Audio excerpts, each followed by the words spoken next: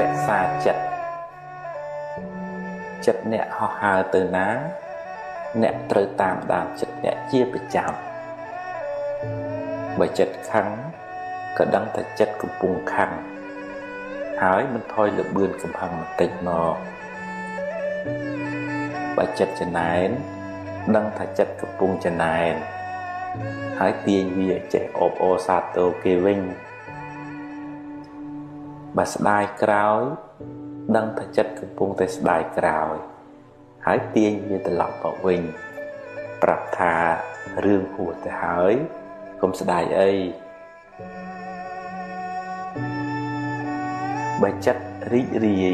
ចិត្តល្អចិត្តមេត្តាចិត្តបុណ្យក៏ដឹងថាចិត្តrấtល្អហើយព្យាយាមចម្រើនចិត្តប្រភេទនេះឲ្យបានច្រើនធ្វើជាប៉ូលីសតាមដានចិត្តអ្នកនាំឲ្យវាគិតរឿងត្រូវរឿងល្អទើបមិនសូវស្មុគស្មាញហើយមិនសូវមានទុក្ខកុំធ្វើជាជនរងគ្រោះឲ្យចិត្តធ្វើបាបអ្នកតាមចិត្តឡើយត្រូវបង្កើនស្មារតីធ្វើជាម្ចាស់ធ្វើជាអ្នកបញ្ជាចិត្តវិញ